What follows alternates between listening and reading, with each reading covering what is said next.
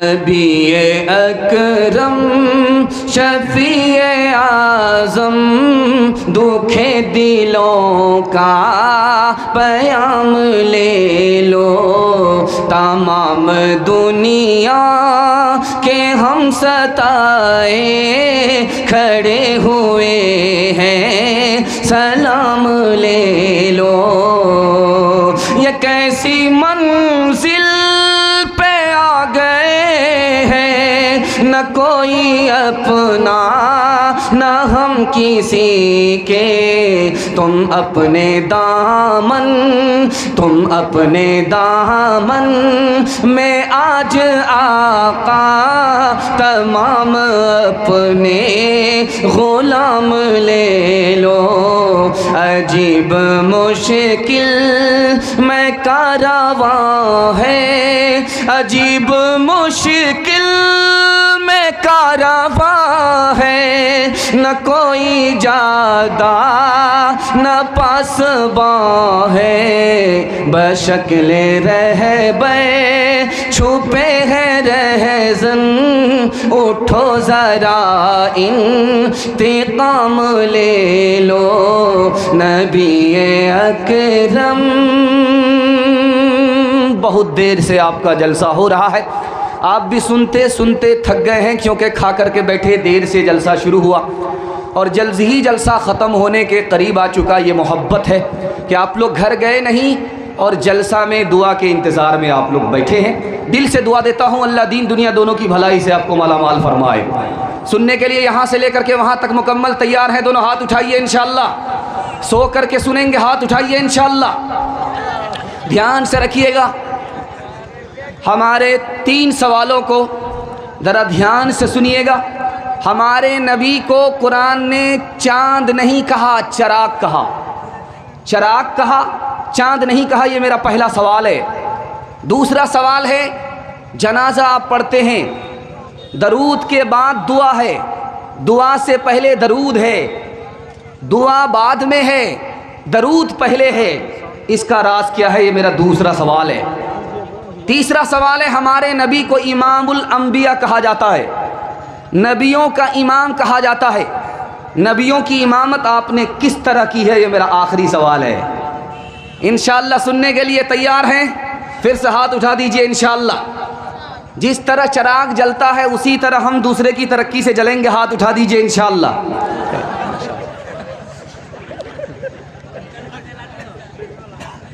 پہلا سوال تھا کہ ہمارے نبی کو چراغ کہا گیا ہے، چاند نہیں کہا گیا۔ چاند میں ایک خوبی ہے، وہ روشن ہوتا ہے، سورج میں ایک خوبی ہے، وہ روشن ہوتا ہے، لیکن جو چراغ کے اندر خوبی ہے وہ چاند میں نہیں ہے۔ ایک چاند سے دوسرا چاند روشن نہیں ہوتا، ایک سورج سے دوسرا سورج روشن نہیں ہوتا، لیکن ایک چراغ سے دوسرا چراغ روشن ہوتا ہے، اس لیے نبی کو چراغ کہا گیا، چاند نہیں کہا گیا۔ دوسرا سوال تھا کہ پہلے جنازے میں درود ہے، اس کے بعد دعا ہے، دعا لاسٹ میں ہے، اس سے پہلے درود ہے۔ اللہ کے رسول کو معلوم تھا کوئی دعا بغیر درود کے قبول نہیں ہوتی، اس لیے اپنی امت کو تعلیم کیا پہلے درود پڑھو اس کے بعد دعا کرو۔ تیسرا سوال تھا کہ ہمارے نبیوں کو اماموں کا امام کہا جاتا ہے، رسولوں کا امام کہا جاتا ہے، ہمارے نبی نے کس طرح امامت کی ہے؟ صف لگ گئی، مسجد میں 5 صف ہوتی ہے، نبیوں کی صف لگی ہے، 7 صفوں میں نبی ہیں، رسول ہیں۔ امامت کے لیے ہمارے نبی کو آگے بڑھایا گیا، سب سے پیچھے جو کھڑے ہیں وہ حضرت ابراہیم کھڑے ہیں، دائیں جانب جو کھڑے ہیں حضرت اسماعیل کھڑے ہیں، بائیں جانب جو کھڑے ہیں حضرت اسحاق کھڑے ہیں اور حضرت موسیٰ کھڑے ہیں۔ اس شان سے ہمارے نبی نے امامت کی ہے، اس لیے ہمارے نبی کو نبیوں کا امام کہا جاتا ہے۔ امام کے پیچھے نقد نماز پڑھیں گے؟ ہاتھ اٹھا دیجئے انشاءاللہ۔ تنخواہ ادھار دیں گے؟ ہاتھ اٹھائیے انشاءاللہ۔ خیر، آپ کا جنازہ ہی پڑھیں گے۔ جب زبان مصطفیٰ نے ہلائی لب پہ اللہ کی بات آئی، جب زبان مصطفیٰ نے ہلائی لب پہ اللہ کی بات آئی، ہاتھ تکیا ہے بستر چٹائی اور حصے میں ساری خدائی، بزم کونین پہلے سجائی گئی، پھر تیری ذات منظر پہ لائی گئی، سید الاولی سید الآخری سید الاولی سید الآخری، تجھ سا کوئی نہیں تجھ سا کوئی نہیں، جب قلم نے لکھی نعت احمد روشنی بن گئی روشنائی، جب زبان مصطفیٰ نے ہلائی لب پہ اللہ کی بات آئی، دست قدرت نے ایسا بنایا تجھے، جملہ اوصاف سے خود سجایا تجھے، اے ازل کے ہنسی اے ابد کے ہنسی، اے ازل کے ہنسی اے ابد کے ہنسی، تجھ سا کوئی نہیں تجھ سا کوئی نہیں، تم جہاں تک نہ پہنچے فرشتوں ہے وہاں تک ہماری رسائی۔ ماشاءاللہ اچھا ماحول ہے، بہت خوبصورت ماحول میں آپ سن رہے ہیں، جلسہ آپ کا کنارے کو لگ رہا ہے، سیرت کے حوالے سے آپ کو پہلا پیغام دینے کے لیے جا رہا ہوں۔ ماشاءاللہ بڑی بیداری آئی ہے، دل خوش کر دیا آپ نے کہ آپ صحیح میزبان تھے اور میزبانی کا آپ نے حق ادا کر دیا۔ دین دنیا دونوں کی بھلائی سے اللہ آپ کو مالا مال فرمائے۔ کھاتا کھلا ہے، ہمارے نبی غریب ہے، اور جس خاتون نے نکاح کیا وہ امیر ہے، مالدار عورت ہے۔ مالدار عورت نے غریب جوان سے شادی کیوں کیا، یہ راز آپ کے سامنے آ رہا ہے۔ اس عورت کو پتا تھا کہ آنے والے دور میں جو آخری نبی ہوں گے لگتا ہے کہ یہی ہوں گے، اس امید پر مالدار عورت نے غریب جوان سے نکاح کر لیا۔ دوسری بات کو یاد رکھیے، غار حرا میں جبریل کو دیکھا ہے ہمارے نبی نے، گھبرا کر کے بیوی کے پاس آئے، کہا میں نے پہلی بار فرشتے کو دیکھا ہے، مجھے ڈر لگتا ہے کہ میں تباہ ہو جاؤں گا۔ تو بیوی نے کہا تباہ تو وہ ہوتا ہے جو غریبوں کی مدد نہیں کرتا، تباہ تو وہ ہوتا ہے جو یتیموں پر دھیان نہیں دیتا، تباہ تو وہ ہوتا ہے جو مہمان کی مہمان نوازی نہیں کرتا، تباہ تو وہ ہے جو مصیبت میں غیر کے کام نہیں آتا۔ آپ یتیموں کی مدد کرتے ہیں، غریبوں کے لیے آپ کماتے ہیں، مہمان کی مہمان نوازی کرتے ہیں، مصیبت میں آپ غیر کے کام آتے ہیں، آپ تباہ نہیں ہو سکتے، آپ کو کوئی برباد نہیں کر سکتا۔ دو تین مثال آپ کے سامنے آ رہی ہے، دھیان سے سنیے گا۔ آج پورا گھر کما رہا ہے، خرچہ پورا نہیں ہو رہا ہے، یہ راز میں آپ کو بتانے کے لیے جا رہا ہوں۔ اللہ نے ہمیں غریب نہیں بنایا، ہم اپنے چال سے غریب ہیں، یہ راز آپ کے سامنے رکھنے کے لیے جا رہا ہوں، بہت دھیان سے سنیے گا۔ روزی کی مثال ڈاکٹر کی دوائی کی طرح ہے، ڈاکٹر کسی کو دوا زیادہ دیتا ہے، کسی کو دوا کم دیتا ہے۔ کیا مطلب ہوا؟ جس کی بیماری تھوڑی سی دوائی میں ختم ہو جائے گی اس کو تھوڑی دوائی ملتی ہے، جس کی بیماری زیادہ دوائی میں ختم ہوگی اس کو زیادہ دوائی ملتی ہے۔ اسی طرح یہ روزی کسی کو زیادہ ملتی ہے، کسی کو کم ملتی ہے۔ دوسری بات کو یاد رکھیے، پورا گھر کما رہا ہے، خرچہ پورا نہیں ہو رہا ہے، مطلب یہ ہے کہ گھر سے برکت اٹھ گئی ہے۔ برکت کیسے اٹھ گئی؟ اللہ کا خوف اٹھ گیا، اللہ کا خوف اٹھنے کی وجہ سے برکت اٹھ گئی۔ پورا گھر مل کر کے کما رہا ہے، خرچہ پورا نہیں ہو رہا ہے۔ تیسری بات کو یاد رکھیے، آج یہ اعلان ہوتا ہے، آپ لائن بازار میں جائیے، وہاں اعلان ہوتا ہے بچے کم ہی اچھے، 2 بچے ہو جائیں آپریشن کرا لو۔ 1965 میں اعلان ہوا تھا آپریشن کرا لو، 70 تک آپریشن کرا لو، زیادہ بچے ہوں گے قحط آ جائے گا۔ 70 آیا اور چلا گیا، قحط نہیں آیا۔ اس کے بعد اعلان ہوا کہ 80 اور 90 تک اگر لوگوں نے آپریشن نہیں کرایا، بچے کو کم نہیں کیا تو غریب امیر کو کھا جائیں گے، بلکہ اور زیادہ خوشحالی آ گئی، اور زیادہ ترقی آ گئی۔ خاندانی نسبندی آپریشن کی بات کیوں آ رہی ہے؟ جس کو خزانہ اللہ کے خزانے پر بھروسہ نہیں ہے، اپنی جیب پر بھروسہ ہے، وہی اپنی بیوی کا آپریشن کرا رہا ہے۔ جس کو اللہ کے خزانے پر بھروسہ ہے اس کو آپریشن کی کوئی ضرورت نہیں ہے۔ اللہ کے رسول کی خدمت میں ایک جوان آیا، گھر میں خرچہ کم ہے، کہا حج پر جاؤ اللہ خرچہ بڑھا دے گا۔ کہا خرچہ کم ہے، کہا نکاح کر لو، کہا نکاح کر لیا، خرچہ کم ہے، کہا دوسرا نکاح کر لو، تیسرا نکاح کر لو۔ آج آبادی بڑھے گی، مسئلہ آبادی سے نہیں ہے۔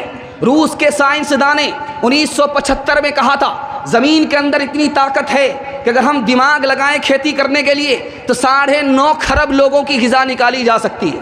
مسئلہ کیا ہے کہ ہم حد سے زیادہ پیسہ خرچ کرتے ہیں۔ گٹکا کھانے میں کتنا پیسہ خرچ ہوا ہے سن کر کے آپ کو حیرت ہوگی۔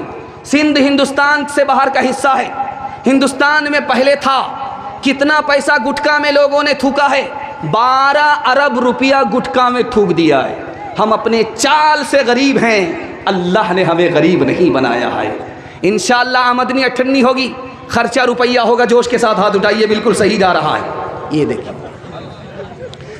اے سب سے اول اور آخر، جہاں تہاں حاضر اور ناظر، سب سے انوکھے سب سے نرالے، آنکھ سے اوجھل دل کے اجالے، ناؤ جہاں کی کھیپنے والے، دکھ میں تسلی دینے والے، سوچ میں دل بہلانے والے، بپتا میں یاد آنے والے۔ پہلا پیغام ختم ہو گیا، دوسرا پیغام آ رہا ہے۔ آپ ترقی کیسے کریں گے یہ راز آپ کو بتا رہا ہوں۔ پورے جلسے میں آپ اس کی حفاظت کر لیجئے، میں گارنٹی لیتا ہوں 10 سال کے برابر 1 سال میں آپ کو ترقی ہوگی انشاءاللہ۔ ترقی کرنا جانتے ہیں، ترقی کرنا چاہتے ہیں؟ دونوں ہاتھ اٹھائیے، 3 منٹ میں جلسہ مکمل ہو رہا ہے۔ جوش کے ساتھ ہاتھ اٹھائیے، بالکل صحیح جا رہا ہے، 7 خون معاف ہے۔ اس کے بعد غلطی مت کیجیے گا، سیدھا جنازہ پڑھیں گے۔ دوسرا پیغام بہت خوبصورت آ رہا آپ کے سامنے آ رہا ہے، دھیان سے اس کو سنیے گا۔ آذان ہوئی ہے، کس نے آذان دیا؟ بلال نے آذان دیا۔ لوگوں نے جھگڑا شروع کر دیا، گورا آدمی کو آذان دینا چاہیے، کالے آدمی نے آذان دے دیا، مزہ خراب ہو گیا۔ اللہ کے رسول نے فرمایا اللہ کے یہاں کالا گورا نہیں دیکھا جاتا، جو دیندار ہے اس کو اللہ پسند کرتا ہے۔ بلال کو اللہ دینداری کی وجہ سے پسند کر رہا ہے۔ نماز کی باری آئی، اللہ کے رسول صلی اللہ علیہ وسلم آگے بڑھے نماز پڑھنے کے لیے۔ ایک جوان آیا، روک دیا، میں چابی دے نہیں سکتا، دروازہ کھول نہیں سکتا، اللہ کی بندگی آپ نہیں کر سکتے۔ اللہ کے رسول نے فرمایا ایک وقت آئے گا یہ چابی میرے ہاتھ میں ہوگی اور یہ میرے لیے دروازہ کھلے گا، میں آزادی کے ساتھ اللہ کی بندگی کروں گا۔ وہ وقت جب آیا تو کہا کہ وہ جوان کہاں گیا جو اللہ کی مسجد میں اللہ کے بندے کو روکتا تھا؟ مجھے سجدے کے لیے اس نے چابی نہیں دیا۔ وہ جوان آ گیا، کب تمہارے ساتھ کیا کیا جائے، مارا جائے یا چھوڑ دیا جائے؟ تو اس جوان کی زبان سے 2 جملے نکلے، اخن کریم نبی کریم، آپ تو مہربان نبی ہیں، معافی کریں گے بدلہ نہیں لیں گے، آپ تو مہربان بھائی ہیں، معافی کریں گے بدلہ نہیں لیں گے۔ اللہ کے رسول نے فرمایا معاف کر دیا، چلو زندگی بھر تمہارے لیے احسان کر دیا، یہ چابی تم کو دیتا ہوں، تمہارے خاندان کو دیتا ہوں اور قیامت تک کے لیے چابی دیتا ہوں۔ 3 مثال آپ کے سامنے آ رہی ہے، دھیان سے اس کو سنیے گا۔ رمضان کا مہینہ ہے، تراویح پڑھنے کے لیے لوگ آئے، کسی نے کہا کہ 8 رکعت پڑھیں گے، کسی نے کہا کہ 20 رکعت پڑھیں گے۔ بیچ میں ایک صاحب آگے، تم کتنی پڑھنی چاہتے ہو؟ کہا 8 رکعت۔ کہا بہت کم پڑھنا چاہتے ہو؟ کہا تم کتنی تراویح پڑھنی چاہتے ہو؟ تو کہا 20 رکعت۔ کا بہت زیادہ پڑھنا چاہتے ہو؟ ارے تم تو پڑھنے والے ہو، چاہے تھوڑا پڑھو چاہے زیادہ پڑھو، لیکن ان کی فکر کرو جو پڑھتے ہی نہیں ہیں۔ یہ بحث سے ہمیں کیا ملے گا؟ آپس میں بحث کرنے سے، جھگڑا کرنے سے کیا ملے گا؟ تم بھی فکر کرو اس کی جو نماز نہیں پڑھتے، ہم بھی فکر کرتے ہیں اس کی جو نماز نہیں پڑھتے۔ تیسری بات آپ کے سامنے آ رہی ہے، یہ ملک آزاد نہیں ہوا ہے، امام صاحب کھڑے ہوئے ہیں نماز پڑھانے کے لیے، پیچھے جیسے ہی ولضالین کی صدا لگی، ایک نے آہستہ سے آمین کہا، دوسرے نے زور سے آمین کہا، اس نے اس کے گریبان کو پکڑا، تم نے آہستہ سے آمین کیوں کہا؟ اس نے اس کے گریبان کو پکڑا، تم نے زور سے آمین کیوں کہا؟ اس نے اس کو لاٹھی ماری، اس نے اس کو لاٹھی ماری، اللہ کے گھر میں دو مسلمان لہو لہان ہو گئے۔ عدالت میں مقدمہ آیا، وکیل کو سمجھ میں نہیں آیا یہ آمین کس زمین کا نام ہے، یہ آمین کس مکان کا نام ہے۔ 15 منٹ تک تو حاکم کو سمجھ ہی میں نہیں آیا کہ جھگڑا کس پر ہوا ہے۔ کہ یہ آمین دعا کا نام ہے، تو اس حاکم نے ججمنٹ لکھا، اس سے ہماری عقل کی پٹی ہٹ جاتی ہے، ہم کو اپنی حقیقت معلوم ہو جاتی ہے۔ اس نے لکھا کہ آمین کی 3 قسمیں ہیں، ایک آمین آہستہ سے، یہ بھی حدیث سے ثابت ہے، ایک آمین زور سے، یہ بھی حدیث سے ثابت ہے، ایک تیسری آمین ہے آمین بالشر، فتنہ اٹھانے کے لیے کہ میں تم سے اچھا، تم مجھ سے اچھا نہیں ہو سکتے، یہ فتنہ اٹھانے کے لیے آمین ہے، یہ نہ حدیث سے ثابت ہے، یہ دیوبندی بھی گنہگار ہے، یہ سلفی بھی گنہگار ہے۔ آخری مثال آپ کو سناتا ہوں، پیغام ختم کر رہا ہوں۔ آپ دیکھیں گے دلی میں ایک مسجد ہے، اس کا نام لال کنویں والی مسجد ہے۔ لال کنویں مسجد کا جو امام تھا وہ بریلوی تھا، اور ان کے پیچھے نماز کون پڑھ رہے ہیں؟ دیوبندی پڑھ رہے ہیں۔ اس دیوبندی عالم کا نام کیا ہے؟ حضرت نانوتوی نماز پڑھ رہے ہیں۔ جب انہوں نے سلام پھیر کر کے دیکھا کہ اچھا نانوتوی نماز پڑھ رہے ہیں، میں تو ان کو کافر کہتا تھا اور یہ میرے پیچھے نماز پڑھتے ہیں، مارے شرم کے پانی ہو گیا۔ حضور معاف کر دیجئے، میں تو آپ کو کافر کہتا تھا، آپ میرے پیچھے نماز پڑھتے ہیں، مجھے معاف کر دیجئے، آج میں مارے شرم کے پانی ہو گیا۔ میں راز بتا رہا ہوں، مرواڑی کی طرح آپ کو ترقی ہوگی، گجر کی طرح آپ کو ترقی ہوگی، مہتا کی طرح ترقی ہوگی۔ 2 بات پر صرف عمل کر کے دیکھ لیجئے، 1 سال میں 10 سال کے برابر ترقی ہوگی۔ ترقی کرنے کے لیے تیار ہیں؟ دونوں ہاتھ اٹھائیے، انشاءاللہ بالکل صحیح جا رہا ہے۔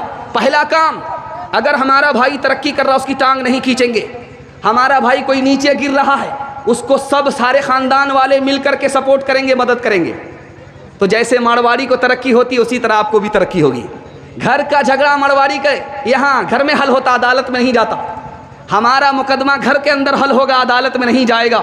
جس طرح مارواڑی کو ترقی ہوگی اسی طرح ہم کو ترقی ہوگی۔ انشاءاللہ ہم اپنے بھائی کو معاف کریں گے، جب مقدمہ ہار جائیں گے ہاتھ اٹھائیے انشاءاللہ۔ یہ دیکھیں، اپنی ملت پر قیاسق وام مغرب سے نہ کر، خاص ہے ترکیب میں قوم رسول ہاشمی، ان کی جمعیت کا ہے ملک و نسب پر انحصار، قوت مذہب سے مستحکم ہے جمعیت تیری، دامن دی ہاتھ سے چھوٹا تو جمعیت کہاں، دامن دی ہاتھ سے چھوٹا تو جمعیت کہاں، اور جمعیت ہوئی رخصت تو ملت بھی